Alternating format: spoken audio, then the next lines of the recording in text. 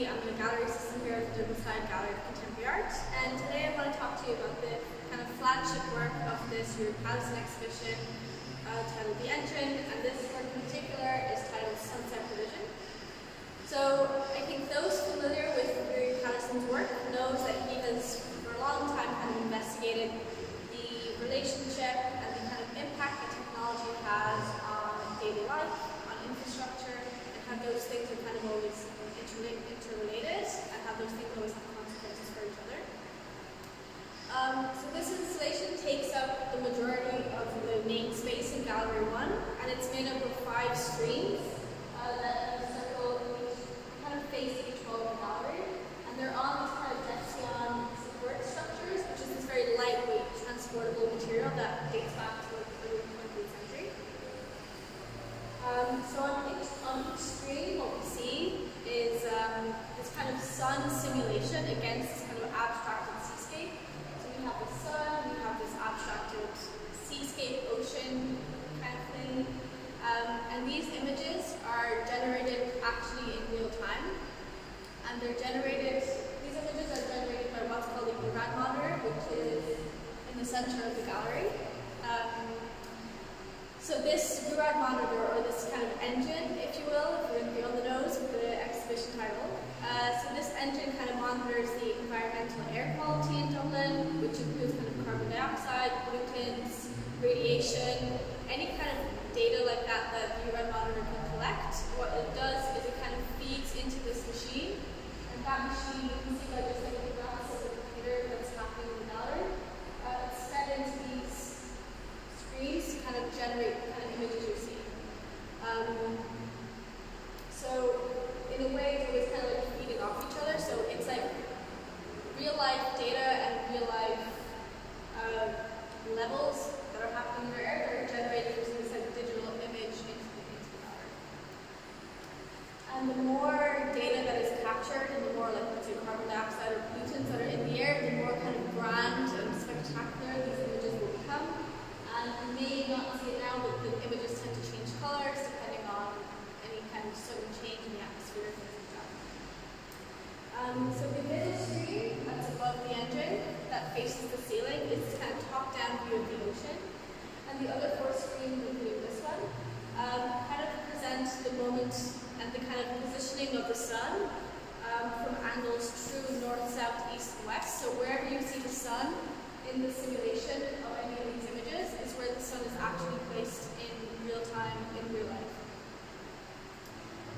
So if you think about this kind of real life positioning of the sun that is kind of represented on these images along with this kind of real life data that is being fed through the engine and kind of pumped onto these screens, it kind of again feeds into Ruairdhrí's investigation between the digital world and the material world, and how those things can no longer really be separated anymore. They're kind of intertwined in this kind of web in which they both kind of benefit and also kind of hinder each other. So in the same way that like a games engine, or like you would say video games, they take parts and they kind of render parts of the material world, like human beings and infrastructures and even things like grass and trees. Those things are kind of fed into game engines and video games to kind of represent something, but it also has new levels of reality that our material world is not limited to. Like you can fly, you can do a lot of things that with the kind of representation of the world through a games engine that you can't do in the material world. So in a way, it's like this kind of beneficial way, but also adding something new. And similarly, the kind of reverse is true, where we can take things and we can consume a lot of content through technology, and we can like generate all this stuff within our lives and put it back into the, if you want to go for like matrix. So we're constantly consuming content, and we're always kind of feeding back into the matrix, and there's kind of, again, this kind of intertwined life that we all live, many of us live between like this technology and the material world that can no longer be separate. Another thing is to kind of feed into this idea of the material world and the digital world, this kind of symbiotic relationship, and how that's kind of represented and kind of played with in this work. I'm not sure if you'd be able to hear it on camera, but as we all know, computers take a lot of energy, they produce a lot of heat, so every computer, every screen here has a fan that's kind of running in the background, and if you listen close enough you can actually hear it. But it's, again, it's some kind of a soft background noise, which for me at least kind of stimulates this kind of like cool, gentle breeze of the ocean as it would be in the background. So in the same way that we're seeing this kind of rendered sea state, we're almost kind of hearing this like virtualized sea state, which adds some kind of immersive experience of the exhibition. On this kind of note of this kind of immersive experience of the exhibition, and again thinking of how technology and our material world are so closely intertwined, we also have these panels above the screens, again on these Dexion support structures. And this work is titled It's Always Golden Hour Somewhere. Golden hour, of course, relating to this kind of peak time for photography and video to happen, this kind of ideal lighting. But it's also the kind of lighting we use in casinos to get gamblers to not know what day it is, to not know if it's day or night, how long they've been there. So it's this kind of using of technology and this kind of replicating of a real life scenario, a real life moment, kind of stretching it above its like natural timeline. As the golden hour is a very, very short snippet in the real world, but through technology we can actually replicate that to kind of manipulate people's behaviors as well. So the kind of final formal aspects of this exhibition that I'll touch on today is the book that's at the center of the exhibition, which is right beside the engine, which I think is quite telling.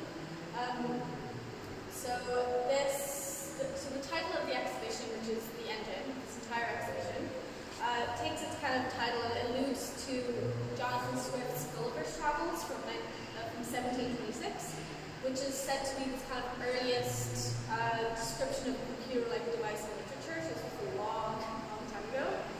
And the engine, as in Gulliver's Travels, appears in this chapter in which it describes society that's so hell-bent and has this insatiable lust for technological advancement that it no longer actually benefits the lives of its ordinary citizens. So it's kind of this constant pushing forward, this constant desire for technological improvement without enough reflection as to what the consequences of those things are, or what actually the use of these are. Just because you can improve something doesn't necessarily mean you have to.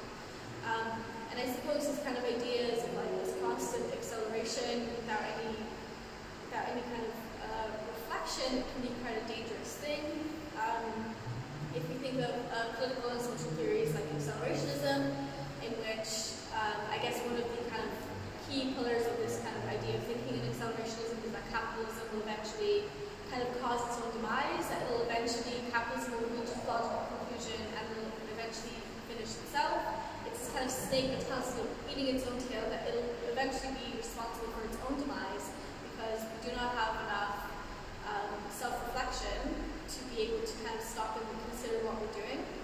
I think it was Gilbert K. Chesterton that says, whenever you remove a fence, pause long enough to wonder why it was there in the first place. And I think the reverse of that can be equally as true, and I think it kind of brings this exhibition of this thing of reflection, of acceleration, is to wonder why we're doing this. And I think visual art is such a great way to kind of reflect on the world and to pause back and step back, and to wonder what are the consequences of these actions, what are the consequences of this kind of deeply intertwined, intermingled relationship between the material world and the technological world that we can no longer separate, for good and bad. I mean, it's almost inescapable now, so for good or bad it's going to happen anyway. But if we have enough reflection, perhaps we can hinder some of the consequences that happen, which is why theory is so important, which is why visual art and work like this is so important to kind of allow us this kind of reflective time to think about our material world, to think about our virtual world, to think more intelligently about our decisions and the consequences of this kind of deep-rooted societal norm that's developing today.